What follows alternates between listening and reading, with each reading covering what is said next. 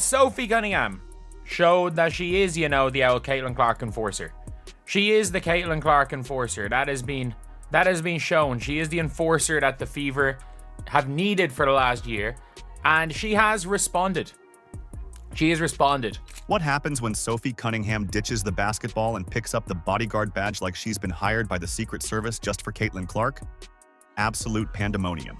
We're talking full-on emotional demolition, locker room tempers flaring, and Sophie dishing out smoke like it's her job. Sitting there and I'm thinking to myself, is anybody on this team gonna stand up for Caitlin Clark? Jacy, Sheldon grabbing Caitlin Clark all game, clawing at her. It's like tonight was a brawl, folks. Tonight was a brawl, and I'm sitting there, I'm like, is anybody on this team going to stand up for? And Sophie Cunningham. When Sophie snapped, it wasn't a flicker. It was a full superhero origin story. She didn't just show up to play. She showed up to dismantle the entire Connecticut Sun like she'd been planning it all season. This wasn't just drama. It was scorched earth policy, and you better believe the fallout came in hot. So how did Sophie break her silence after getting ejected for defending Caitlin Clark from the Connecticut Sun Bullies? We'll break it down. If you support Sophie, then comment Enforcer Sophie down below. Let's go. Let's start with the play that set off the entire night. So as you guys can see here, Jacy Sheldon is guarding Caitlin Clark. She swipes her in the eyeball. Caitlin Clark nudges her off because Jacy stays in her face. And then Tina Charles runs over and is kind of wagging her finger in Caitlin Clark's face. And then Marina Mabrey comes out of nowhere and chucks her to the floor. Now let's watch this in slow motion. Here, Jacy Sheldon is guarding Caitlin, swipes her in the face. There's one. Going for the ball, swipes her in the eyeball. Caitlin's gonna have to start wearing goggles. And then Caitlin pushes her off of her, like, why are you still in my face? Marina Mabrey, bat out of hell, chucks Caitlin Clark. From the moment Sophie Cunningham laced up, the whole WNBA should have been on high alert. Because she didn't clock in for a typical shift. She clocked in for warfare. She wasn't there to shoot threes and run pick and rolls. No, Sophie came with a one-item agenda. Make sure nobody touches Caitlin Clark without immediate, life-altering consequences. Think of her as a human firewall.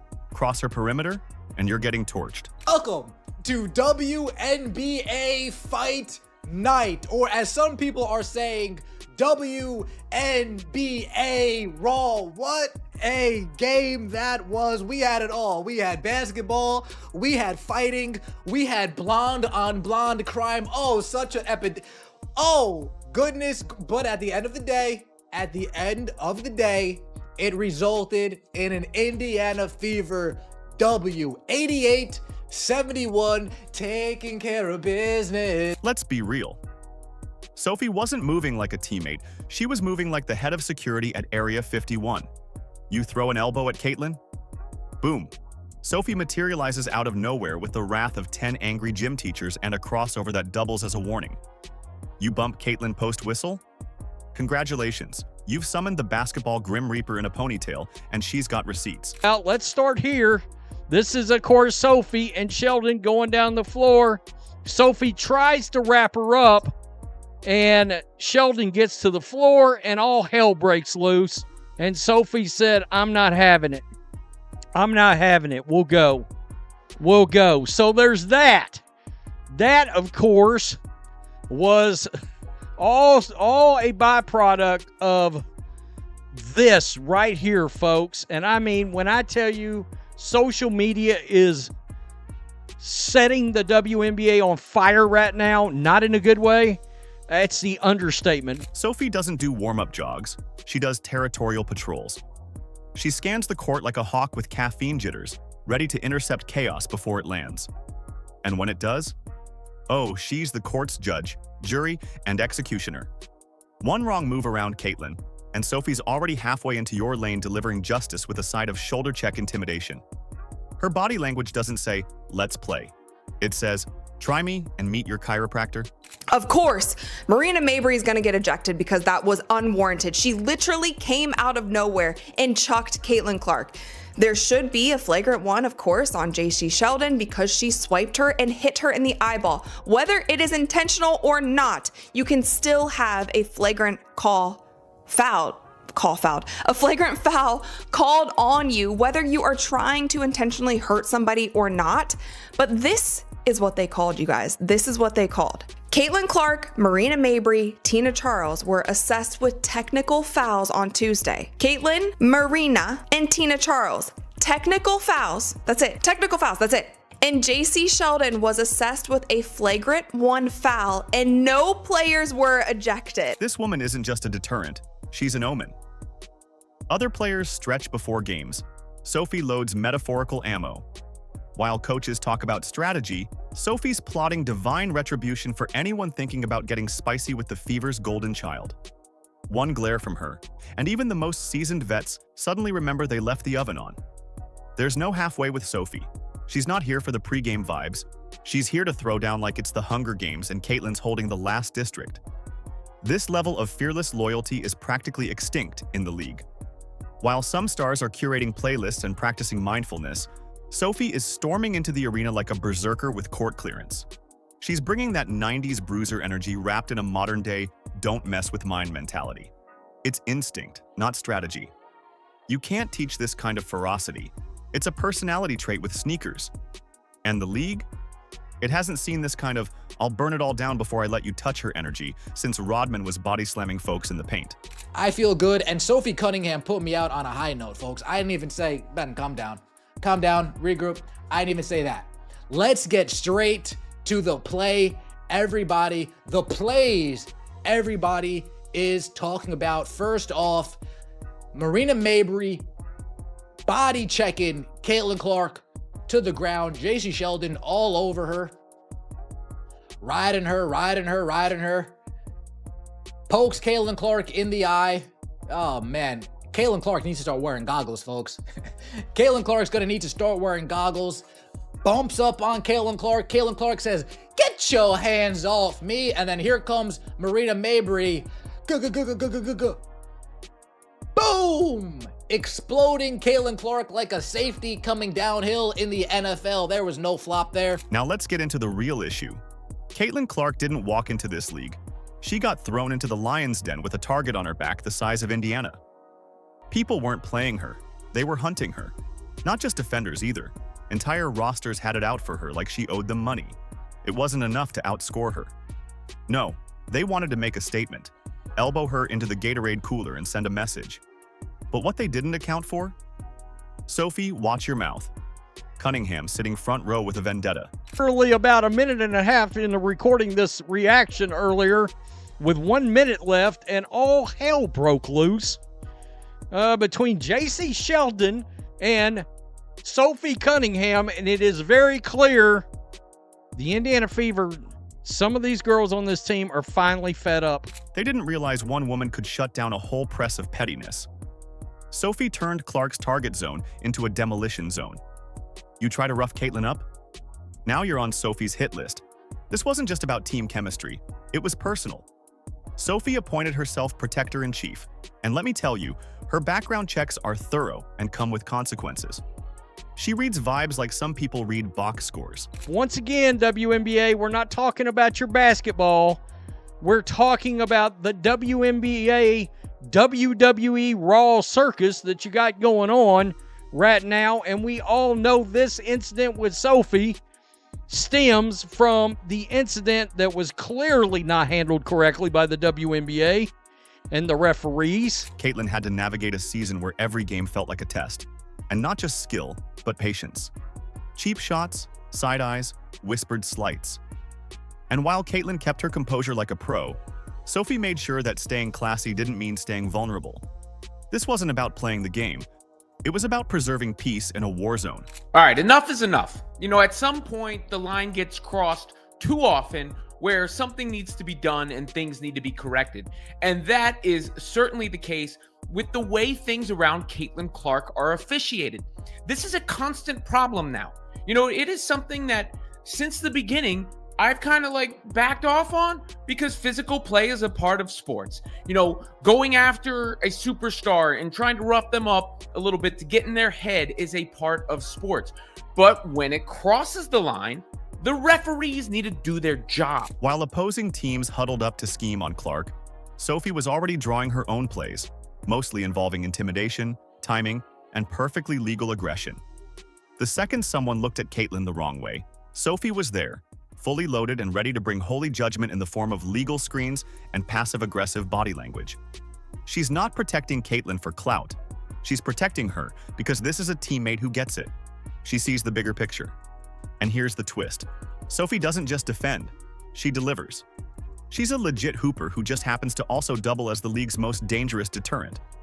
She's not here for flowers, tweets, or trophies. She's here for Caitlin's safety, her team's sanity, and the utter annihilation of every bad faith bump that magically isn't a foul. Sophie's not just a teammate, she's a force of nature. And when she comes flying into a play with that signature "you messed up" smirk, every single person on the court knows it's about to get real. For WNBA, Kathy Engelberg. Hello, Earth to Kathy Engelberg. Are you gonna step in and do something about this trash that's going on? Players are getting assaulted on the floor. Like, come on, bro. Caitlin Clark could have really got injured right there, y'all. She could have really got injured by these haters, these jealous, hating players. They just jealous and hating, bro. She didn't even get ejected. So next time someone thinks about taking a cheap shot at Caitlin, they better remember one thing. She doesn't walk into any game alone. Sophie Cunningham is one quick side-eye away from flipping the narrative, the scoreboard, and maybe your whole career trajectory. She's not here for post-game interviews. She's here for the post-game silence when her presence alone shuts the whole thing down. Welcome to the Fever Defense Program. Step to Clark and you get Cunningham. Good luck. By the way, this is what she posted as soon as it happened. This is in the locker room. This is before the game ended. Before the game ended, she comes out in the locker room and posts this. Like, what are we doing? When the Connecticut Sun players decided to test their luck with some shady fouls and sneaky moving screens, Sophie Cunningham didn't hesitate. She went full medieval. No warm-up, no warning, just pure, undiluted vengeance wrapped in a tight ponytail and the kind of stare that makes grown athletes rethink their careers. 1 second, Caitlin Clark's getting targeted. The next, Sophie's materialized out of thin air like a basketball Terminator with zero chill. This isn't some over-the-top act. She's not play-acting tough. This is just Sophie in her natural habitat, treating every cheap shot like a personal challenge. If you roll up on Clark with dirty intentions, Cunningham is already halfway through her counterattack, probably drafting your eulogy in her head while locking in on your jersey number. Caitlin Clark, please leave this league and let it crumble. Please, this league does not deserve you. All this hate from these black people, all this hate from these lesbians, these people in the media, just go play basketball somewhere else. Your fans will follow you. We will follow you wherever you go. But let this shit crumble and burn to the ground, man. Let the viewership drop below 50%. Let them lose hundreds of millions of dollars again, man. Let them go back into irrelevancy. Nobody giving a damn about none of these players. Just leave. At this point, Sophie's not even playing defense. She's enforcing boundaries.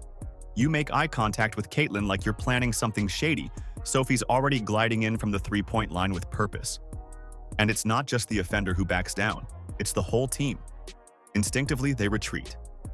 They don't know why. They just know danger has arrived, and it smells faintly of sweat, aggression, and vengeance. Once Sophie zeroes in on you with that "try me" face, your life flashes before your eyes. And don't mistake this for chaos. Sophie doesn't lash out recklessly. This is chess, not checkers.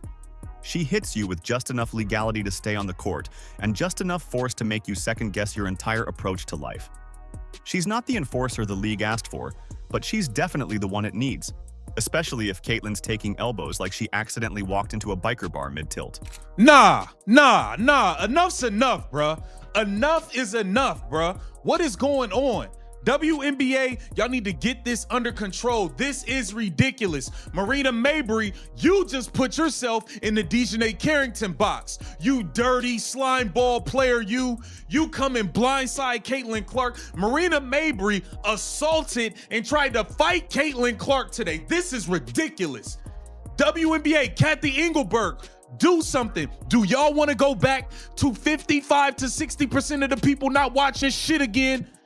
I normally don't cuss in my blogs, but forget that. This was bullshit. And the Sun definitely felt the full weight of that energy. The second they started circling Caitlin like it was Shark Week, Sophie entered like a caffeine-injected hawk with a personal vendetta. This wasn't a defensive play. This was a declaration. If there had been a flag to throw, Sophie would have been the flag. She was the warning sign, the klaxon, the "you messed up" alarm. One would think someone on the Sun might have said, maybe this isn't the team we start swinging on. But no.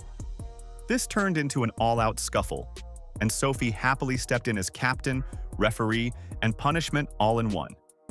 And while Clark kept dropping buckets like nothing happened, Sophie stood tall, unshaken, completely unfazed, and silently daring anyone else to try again. She went and got revenge. Sophie Cunningham, Jacy Sheldon's driving to the basket. Sophie Cunningham takes her down. Normal enough take foul. Lindsay Allen gets her by the neck. Then Jacy Sheldon goes at her, and Sophie Cunningham, by the way, Sophie Cunningham, if she wanted to, it looked like Sophie Cunningham was about to throw some knees at her. Like, she had her in an MMA hold. Like, Sophie Cunningham could have got this MMA fight ended. She could have got this fight ended quickly. That's the thing. Sophie's not in this for validation. She's not angling for endorsement deals or soft focus interviews. She's there to create disruption with surgical precision. Other teams have finally caught on, sneeze in Caitlin's direction, and Sophie's already powering up like a Marvel villain with nothing to lose. She doesn't want respect. She demands fear. And she gets it, usually while rejecting your weak layup and leaving you with a psychological scar that'll last through next season. The patterns become painfully clear. You make a move on Clark, and suddenly your body gets reacquainted with gravity in a brand new way. Chirp during a timeout? Sophie's already leaning on the scorer's table like your mom at parent-teacher conferences.